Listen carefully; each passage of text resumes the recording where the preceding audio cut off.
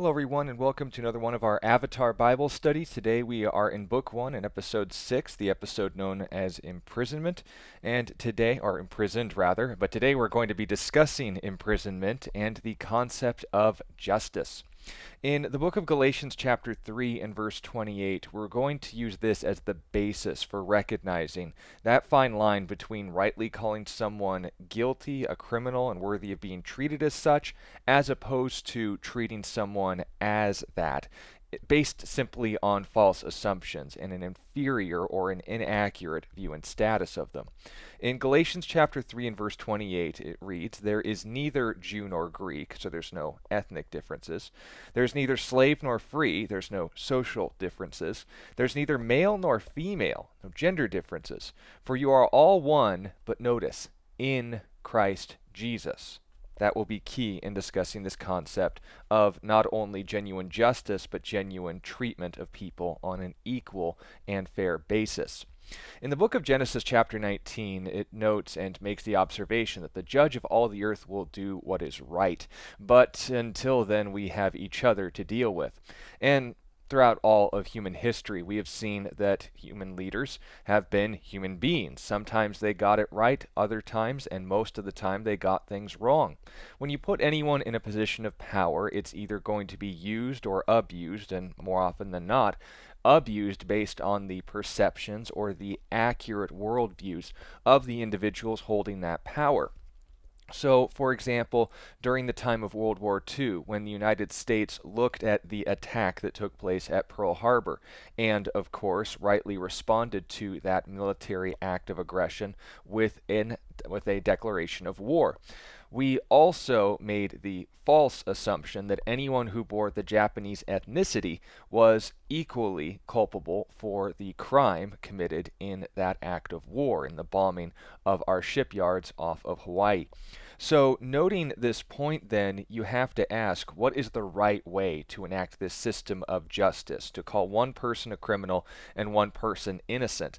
And of course, that's not only based on power, which we're going to discuss here in a moment, but it's also based on morality. What is the right way to treat people, regardless of what they've done or who they are? And note that those are factors in all of this, but we need to make sure that we're consistent in how we view these things. So if we look at the Japanese internment camps or the gulags who imprisoned people based on their social status and whether they were rich, they were slave or free.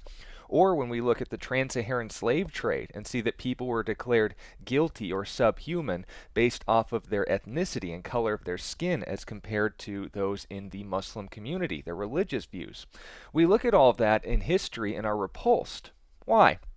Well, the reason is simply this. Human value isn't determined by ethnicity, wealth, or gender. It comes from the one who made us. And so those in violation of that standard are going to naturally be repulsive to those who bear his image, like we talked about in the previous episode. We are moral creatures according to the Bible, and while noting that Avatar takes a lot of terms from Hinduism, we've discussed before and can do so plenty of times more in the future, that Hinduism would recognize this as a form of adharma, as basically what's wrong with us, to see things in this manner of right and wrong. But as we saw in today's episode, the concept of an improper, a wrong way of doing things in reference to justice, that there is in fact a wrong way to treat people, well, that is a concept that crosses a line according to Paul's three standards that he laid down and addressed to the Galatians. So to emphasize this point, I want to use three main characters we saw in today's episode, referring of course to Tyro, Haru, and Katara, and how they were treated by the Fire Nation and how their reactions thereof actually reflected a very biblical worldview. So starting with Tyro, who was imprisoned, notice, for being an earthbender. What he was considered a crime. Haru's father had his value determined by those in power. The Fire Nation was in power, therefore the Fire Nation determined that earthbenders were a threat and treated accordingly. Didn't matter if they were acting like a threat or not, it was based on what they are rather than what they had done. So note that this system, the identity of a criminal and an earthbender, became synonymous. You have to ask why. And the simple response is because the one in power said so. Now, this system is very unique when you take a look at it, because when the one in power says something is wrong, someone else in power might take that power, or with more power rather, might take over and say otherwise. Then it essentially just becomes a waiting game for who gets the bigger stick, while the other hopes they don't get overpowered too soon. It was peace through fear, essentially, because the Fire Nation was fearful. And the spirit of fear motivated the Fire Nation to remove the status, catch this, of innocent from anyone who could earthbend. So the result was what? A violation of human rights. Ethnicity, and note this point, doesn't reflect value according to the Bible, and even societies beyond Israel understood that this is an improper way of handling justice. The Hammurabi Code in Babylon made the same point. In Deuteronomy chapter 19 and verse 15, it says, "A single witness shall not rise up against a man on account of any iniquity," any inherent uncleanness in them, "or any sin," any deviation from the standard, "which he has committed. On the evidence of 2 or 3 witnesses, a matter shall be confirmed." Now, I mentioned that Hammurabi's code makes a similar observation when it comes to hearing the accusation of a crime. You don't punish someone because someone else said they did it. You need more than one person because we all weren't there. That will be important in a moment. But notice that the statement, or the penalty of "you're no longer innocent and a threat to those around you," wasn't something lightly determined. The God of the Bible, and as well human beings in a right sense, or a right handling of justice, shouldn't punish before the crime. And that comes from our Creator. The God of the Bible didn't punish before the crime. He gave centuries of warnings, but when those warnings were exhausted, they were held accountable for what they had done and what they knew they had done. And he instructs that nation, as well as his own, to live in light of those standards, as we read in Deuteronomy. Why?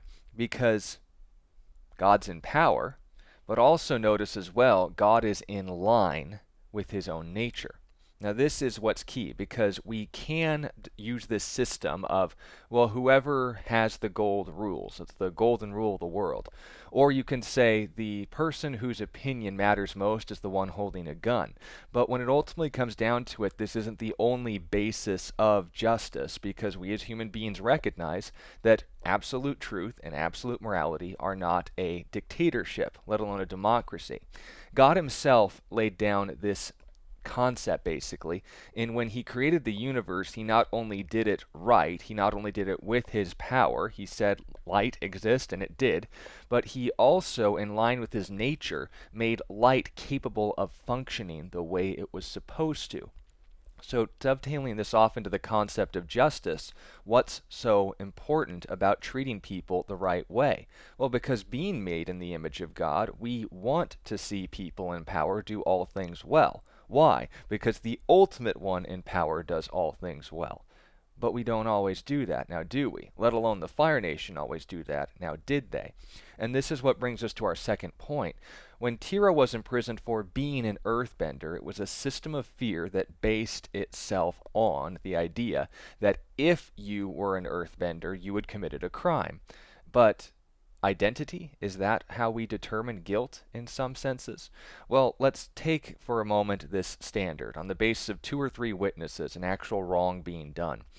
What was Katara imprisoned for? For earthbending? Well, the condemnation for a criminal was earthbending according to those in authority. And also note that Katara, and this is why 2 or 3 witnesses are so important, Katara was witnessed by 2 firebenders that she had been earthbending. And what was interesting about this as well was, we have to ask, since there were 2 or 3 witnesses, does that mean biblically she was right to be condemned? Well, we're all rolling our eyes because we know for a fact that, well, first of all, she wasn't an earthbender. That's important. We had Aang to consider as a factor, blowing the airbending skills through the pipes, and of course Momo, depending on which animation reel you were looking at the time, Sokka's elephant ears, and the whole 9 yards. There were other things at play behind the scenes. Those 2 or 3 witnesses didn't know everything. All they saw was a violation of a dumb law. We'll get to that as well in a moment. But notice, this is why I said that God not only is in power, thus the standard for ethics, but he's in line with his own nature, being that he does all things well. The eyes that see everything would know that Aang was actually the one channeling the air through those tunnels, if in fact the crime of earthbending was warranted. Likewise, the mind that knows everything would know the difference between whether Momo or Katara were the ones doing that earthbending.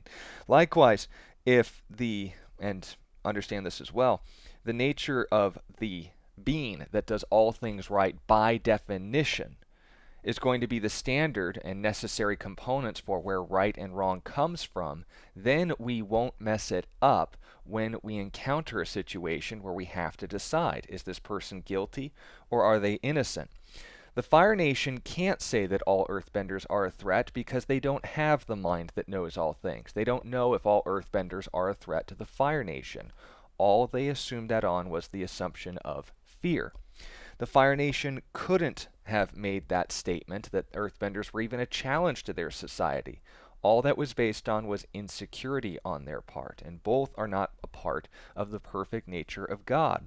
So when people think that they're God, and they act like God given a little bit of power, that doesn't make them any less human.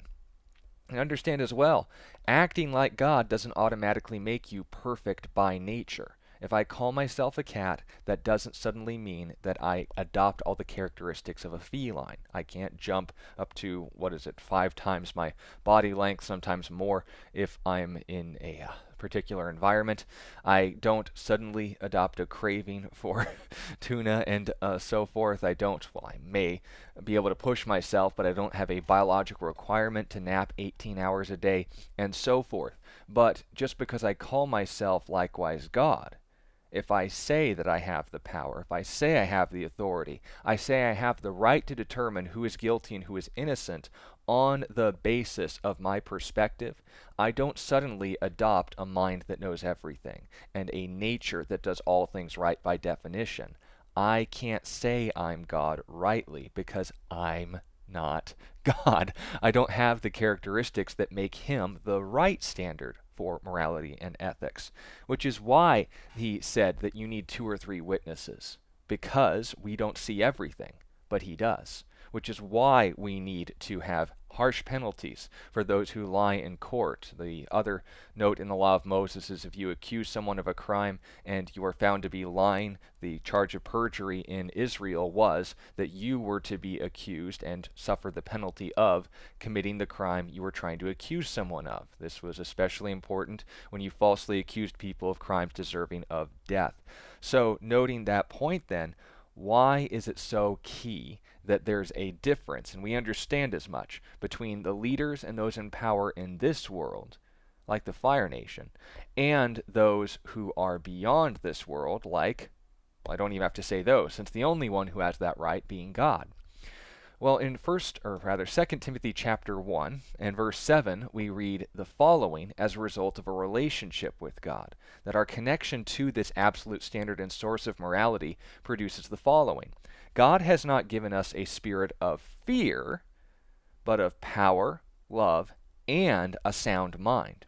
So then, note by alternative options, if I replace God with my own culture, or I just separate myself from God in general, what ends up being produced? Weakness, hatred, and, of course, insanity. A lack of perspective of reality, a lack of strength or security therein, and of course, weakness, a state of vulnerability. And that was the entire basis of what the Fire Nation was doing, wasn't it? They didn't think that their fire-bending powers were enough to subdue the Earthbenders when they committed the crime, so they chose instead to preemptively charge them with crimes they haven't committed. They decided to make identity a crime rather than action, and so on and so forth. And even when someone committed an action, supposedly, against their laws, they didn't know enough to find out that they were being duped, that Katara was not, in fact, an Earthbender. Which is ultimately what brings us to the final point. The core assumptions that formed the foundation as to why the Earthbenders were in prison for the crime of earthbending is when the Fire Nation wanted to play God, but that didn't make them God, which is what brings us to the final point. Haru, and him being freed for being Christ-like. Haru was put in jail for the same quote-unquote crime as Katara and Tyro, earthbending. Now, note, the motive of saving a life was irrelevant because the Fire Nation wasn't basing their laws on the Spirit of God. If firebending, as a rule, was ever acted upon, or your identity was revealed to be an earthbender, you were considered a threat whether you actually were or not. And note this point as well. Was Haru a threat? No, actually he was saving someone's life. But that's irrelevant because their laws weren't based on the mind that knows everything, that takes all things into consideration. So when Haru was brought to his fellow earthbenders, what had happened? Well, in that state of bondage, in that state of imprisonment, and in that state of being classified as criminals by those in power, their spirits were broken. And believe it or not, they had become content to be coal miners rather than actually standing up for the sort of things that they were due as human beings. And isn't that interesting? When you're handed over to a cruel master, our bodies and our minds, our psyche, has a way of just adapting and making the most of it. Because note, this is quite like the time of Moses, when the children of Israel had been enslaved simply for being Jews. And note this point, in this unfitting, basically, status of them being put in a place in society, a lower, in fact, the lowest place in society, because of their identity as Jews. They had gotten used to it, no matter how harshly they were treated. In Exodus chapter 1 and verse 8, it says, "Now there arose a new king over Egypt who did not know Joseph." So, noting the Jews' place in their history and why they were there in the first place, he was not learned on his history. And the one in power decided to, let's just keep reading. He said to his people, "Look, the people of Israel are more and mightier than we. Come, let us deal shrewdly with them, lest they multiply, and it happen in the event of war that they also join our enemies and fight against us, and so go up out of the land." Now notice, had they risen up against the Egyptians? Had they joined an enemy that wasn't currently invading them? Had they risen up against the Egyptians, torn down their society, and left? No, in fact, they were very, very good citizens of the Egyptian government. They had settled in what was known as the region of Goshen to take over the roles of shepherds, which the Egyptians did not want to fulfill. And they were more than happy to live there because of their ancestor Joseph, and said that in 400 years we're going to be going to the promised land, but until then we are perfectly content to live in your nation as fellow citizens. But notice he responds out of a potential hazard. He thinks that one day they could earthbend and overcome the Fire Nation, right? And so it says, therefore, it happened in the, note that, they set taskmasters over them to afflict them with their burdens. And they built for Pharaoh's supply cities, Pithom and Ramesses. That's ancient city of Avaris. It's known as Ramesses today. But the more they afflicted them, the more they grew and multiplied. And they were in dread, notice that fear there, of the children of Israel. So the Egyptians made the children of Israel serve with rigor, and they made their lives bitter with hard bondage, in mortar and brick and all manner of service in the field, and all their service in which they made them serve was with rigor. Now, notice the common trend between today's episode and the Egyptians' reasoning, the mistakes made throughout history, and in Avatar as well. The events that took place, that we're discussing here, took place 3,370 years ago, 1370 BC. Yet the trend for human nature, and whenever they get in power, remains the same. Not only in the consistent hatred of the Jewish people without good reason, anti-Judaism is still a trend internationally today, but the results of this ended up in, if you read the following verses, a campaign of infanticide against the Jewish people, trying to wipe out their ethnicity simply because Pharaoh's fear of rebellion that never actually happened.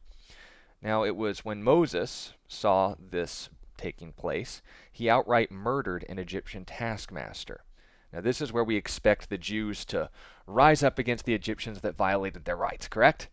Well, Exodus chapter 2 and verse 11. "Now it came to pass in those days, when Moses was grown, that he went out to his brethren and looked at their burdens. And he saw an Egyptian beating a Hebrew, one of his brethren." Now, this is where Katara stands up and gives her speech, right? So he looked this way and that, and when he saw no one, he killed the Egyptian and hid him in the sand. When he went out the second day, behold, 2 Hebrew men were fighting, and he said to the one who did the wrong, Why are you striking your companion? So, being an arbitrator in this matter of justice, the one who was in the wrong said, What's the matter with you? Then he said, Who made you a prince and a judge over us? Do you intend to kill me as you killed the Egyptian? So Moses feared and said, Surely this thing is known. And when Pharaoh, notice the same guy who wanted to wipe out an ethnicity simply because of a paranoid delusion, found out or heard of this matter, he sought to kill Moses. But Moses fled from the face of Pharaoh that dwelt in the land of Midian, and he sat down by a well. He would spend the next 40 years of his life there in exile. That wasn't supposed to happen. I thought that Qatar giving some inspiring words and calling for a violent uprising against those who had violated their rights was justified. Why didn't the people fight for their freedom? Why not return one atrocity for another? Why not use the tool of fear against the cowards and see how long we can play with it until they end up eventually taking it back from us? Do you see why? It's not just who's in power, but who's in line with a perfect nature. That's why Haru's actions were so key. His throwing of the coal didn't give his people hope again. It was when they followed the example of the God of Israel that they were given their freedom again. In Exodus chapter 14 and verse 26, this was 40 years later when God had called Moses back to the children of Israel. Quick summary and recap. You are familiar with the 10 plagues of Egypt. The movie Prince of Egypt by DreamWorks summarizes it fairly well. But also note that if you want to read the original story, as the movie itself encourages you to do, you go all the way from Exodus chapter 1 to chapter 15. But notice this very interesting situation they were in. After God gave Pharaoh plenty of chances, first of all, he didn't tell him that the Jews were to leave his land forever. All they were asking for was a 3-day weekend, literally. And he said, oh, you apparently have a lot of free time on your hands, so I'm going to make you guys serve even harder. So he didn't supply them the materials that they were required to work with. They had to get the materials and then work with them. And we actually have archaeological evidence of this being the case under the ruins of Avaris today. The bricks that were being used to build these treasury cities were being used with less and less straw to the point where they were just pure mud. And that actually reflects the data that were given in Exodus. But all that being said, when God was rebuffed and Pharaoh did not respect his authority, Pharaoh got to see firsthand that he actually wasn't the one in power. And as a polemic or a opposition and address to his religious views, every single one of the primary Egyptian gods were shown to have been powerless, and God was actually the one in control of these things. The Nile River was referred to as their source of life, literally, and I suppose ecologically, but God was the one in charge of that. There wasn't a god of the Nile River. God was the god of the Nile River and all the other rivers. He turned it to blood.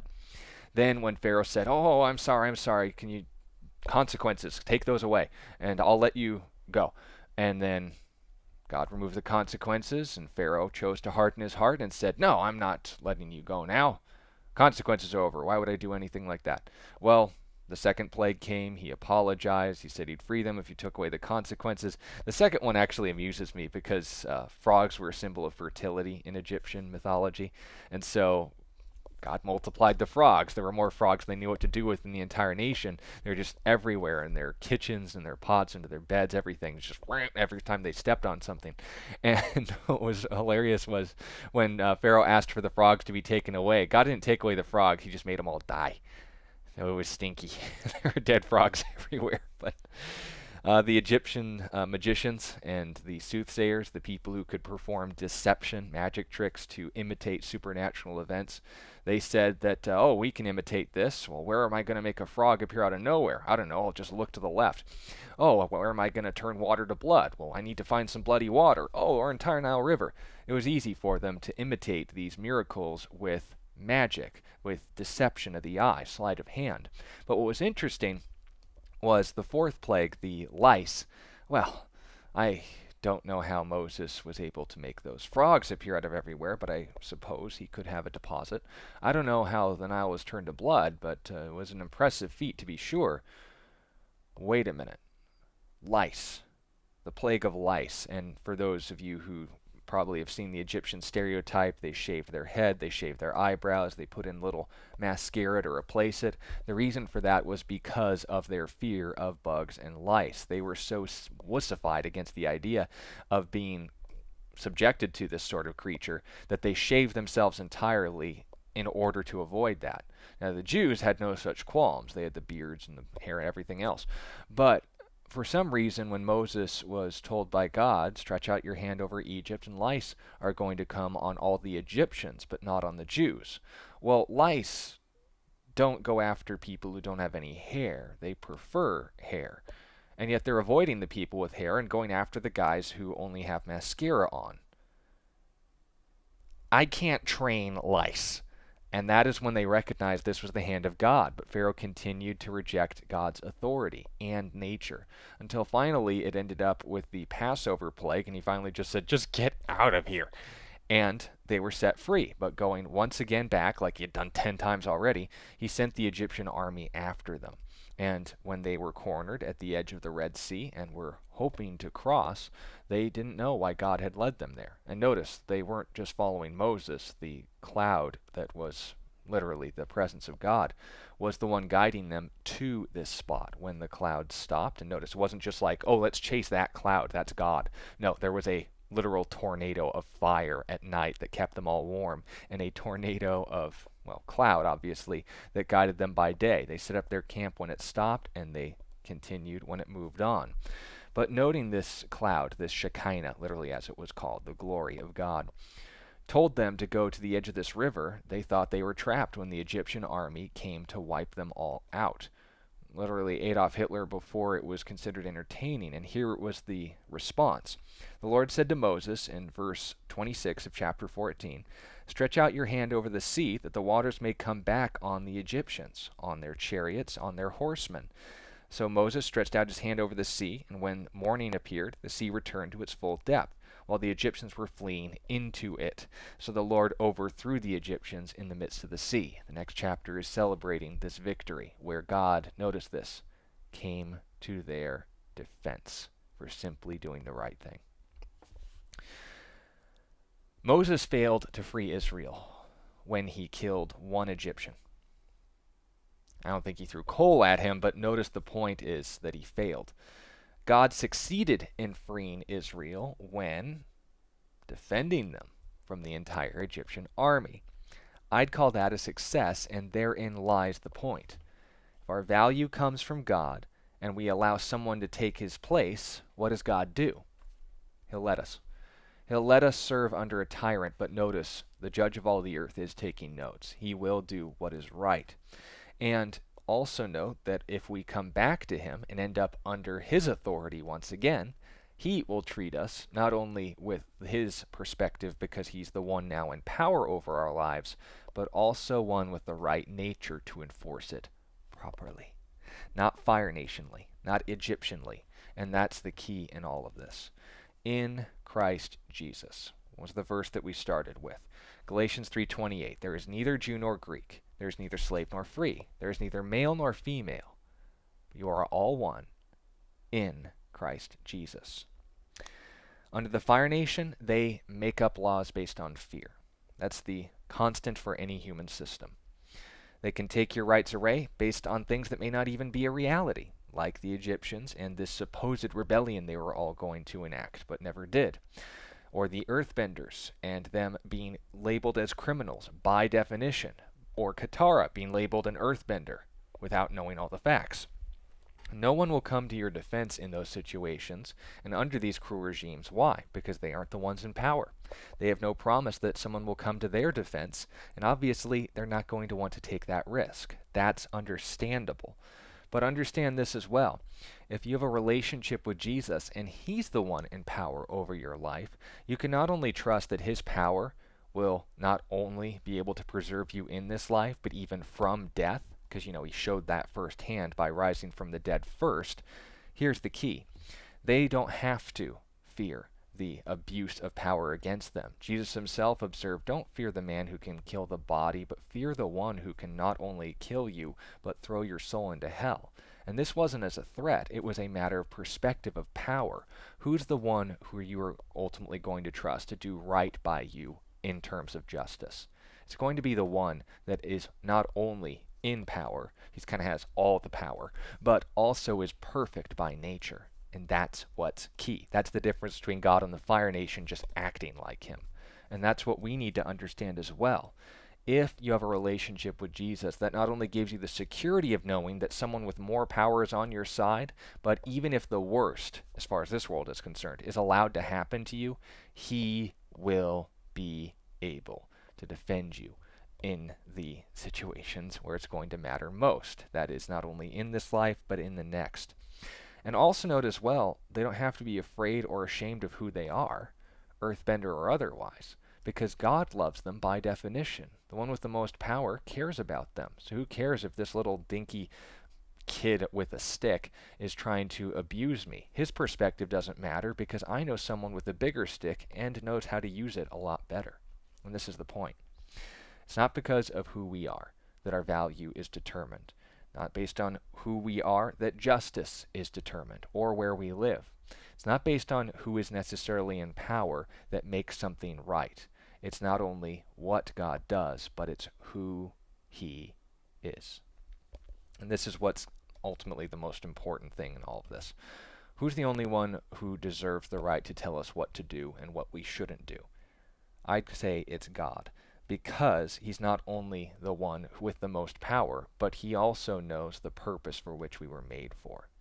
And that's why when it came to the Christians living in the Roman Empire, where the majority of them were not just prisoners, but slaves, Paul the Apostle, under inspiration of the Holy Spirit, said the following in Ephesians 6:5-8. Bondservants, be obedient to those who are your masters according to the flesh with fear and trembling, in sincerity of heart, but notice, as to Christ. Not with eye service, meaning not just working because you're being watched, or as men pleasers, but as bondservants of Christ, not the Roman Empire, doing the will of God from the heart, with good will, doing service, as to the Lord and not to men, knowing that whatever good anyone does, he will receive the same, meaning good, from the Lord, whether he is a slave or he is free. If he's called guilty by this world, but God calls him innocent, I frankly don't care, because the one who actually is going to matter forever, even if I spend 60 years in this life in prison for a crime I never committed, there is one who will do right by me forever. And I'd rather be with him than under someone who doesn't know the difference between Katara as an earthbender or a waterbender. What about you? And that's the point. So in conclusion, this is what brings us to the topic of justice. In the Roman Empire, as we stated, half of the population were just determined to be slaves, whether it was through financial status or being kidnapped and taken from other nations. They had their value determined for them by the Roman government.